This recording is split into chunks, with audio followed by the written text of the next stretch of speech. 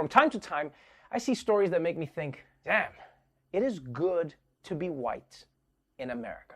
Because I know a lot of white people are hurting right now, but white people can also get away with shit in this country that nobody else could. So you know what? I think there's some times where we just gotta take a moment to appreciate it and be like, yo, man, you're so lucky you're white.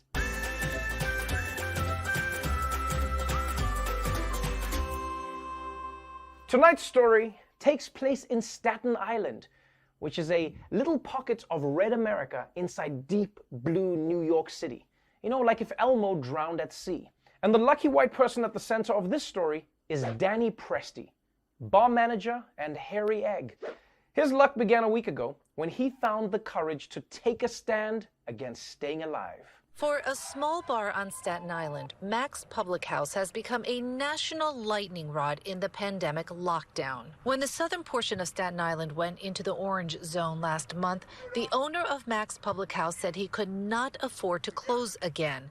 So he declared his property an autonomous zone. He's posted statements on the windows refusing to abide by any rules and regulations put forth by the mayor of New York City and the governor.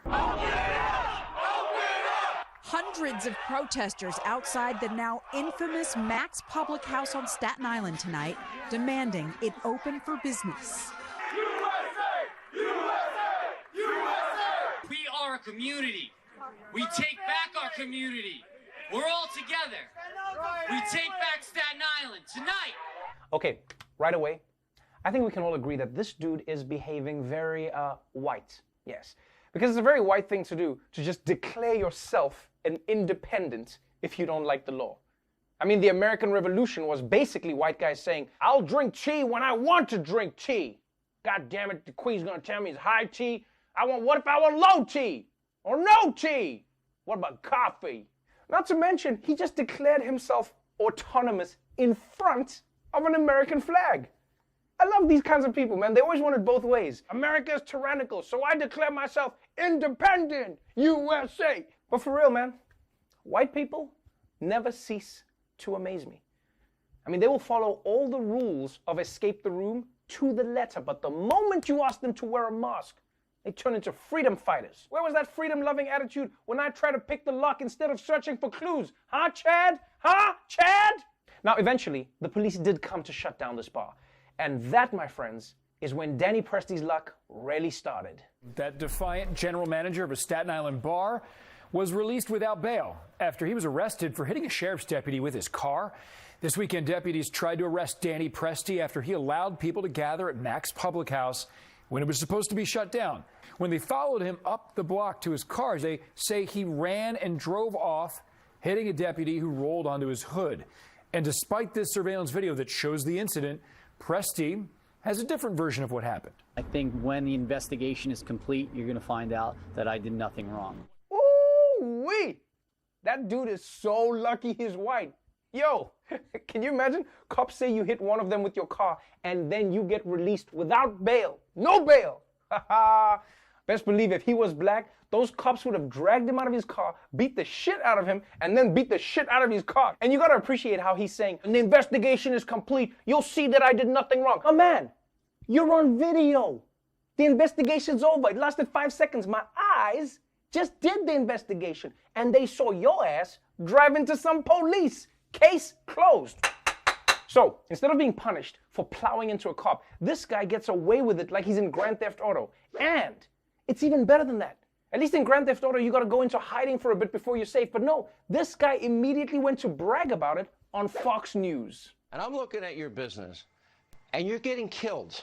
And these restrictions, I mean, do people really understand your heart, life, and soul is involved in this, sir? I just want to say I applaud a lot of these small business owners that peacefully push back against this because they have no other recourse. What it just goes to show you is people are frustrated and they're protective and they feel like the government is not looking out for them. I don't know if I should reveal this, Danny, but I actually know cops that are telling you privately, whispering in your ear, they don't want to do this to you. They're being forced to. And I'm really sorry that you're going through all this, to be very honest. Damn, boy, you so lucky you white. This dude has a whole network apologizing to him for running over a policeman. A policeman! This is not just any network, but Fox News. Fox always stands with cops against black people. But when it's a white guy, suddenly Fox goes, breaking news, f the police, smoke weed every day. They even told him he was peacefully pushing back when he was pushing with his car. Yo, are you serious right now? When black people just walk in the street, Fox calls it a riot. But this white guy drives into a cop, a police officer, an officer of the law. And Fox News is like, now, this is a hit and run. This is a hit and run that Martin Luther King Jr. would have been proud of. But I've got one question for you, Fox News. What happened to Blue Lives Matter? Huh? What happened to Blue Lives Matter? I guess technically it's Blue Lives Matter is above Black Lives Matter, but the number one thing is White Lives Matter. So there you have it. This guy declares himself above the law, hosts potential super spreader parties at his bar, treats the police like bowling pins, and now he's a Fox News hero. There is nothing else to say except, my man, you're so lucky you're white.